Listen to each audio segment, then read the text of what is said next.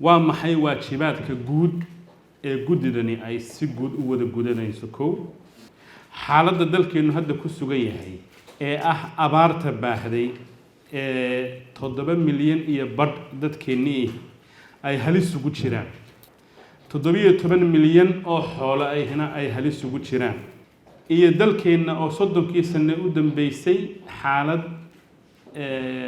la tacaalidda waxaan afka French-ka lagu yeero humanitarian situation ku jiray oo loo gurmanayay. sidee ayaynu uga baxaynaa oo aynu horumar iyo development u aadaynaa? afkaartaasi waxaa la rabaa inay madashan ka soo burqadaan. biyo yari waa mushkilad weyn oo dadkeena haysata. caafimaad darro boqolkiiba imisa biyaha boqolkiiba imisa la kordhinaya ama la kordhin karaa 5 sano soo socota. iyo waxbarashada, saboolnimada, xirfadla'ida dhalinyarada Soomaaliyeed sidee baynu ugu abuuri karnaa xirfado ay gacantooda ku shaqaysan karaan?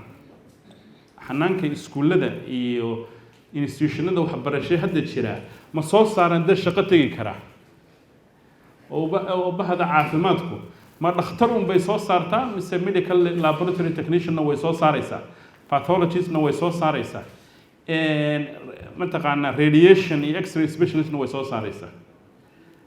100 shaqo ayaa dhakhtarka ka hooseeya. 100ka shaqo dalkan ma ka soo baxa? wasaaradda shaqadu ma samayn doontaa wax la yiraahdo occupation classification oo shaqooyinka suuqa Soomaaliyeed looga baahan yahay intay soo qiimayso? wasaaradda qorsheynta ma u sheegaysaa, ma oranaysaa halka lacagta hal la geliyo?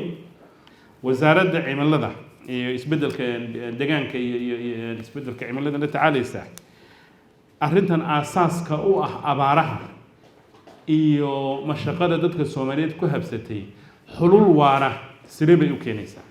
ma qabsan karto waajibaadkeeda haddii aanay la shaqayn inta wasaaradooda halkan fadhida iyo kuwa kaleba.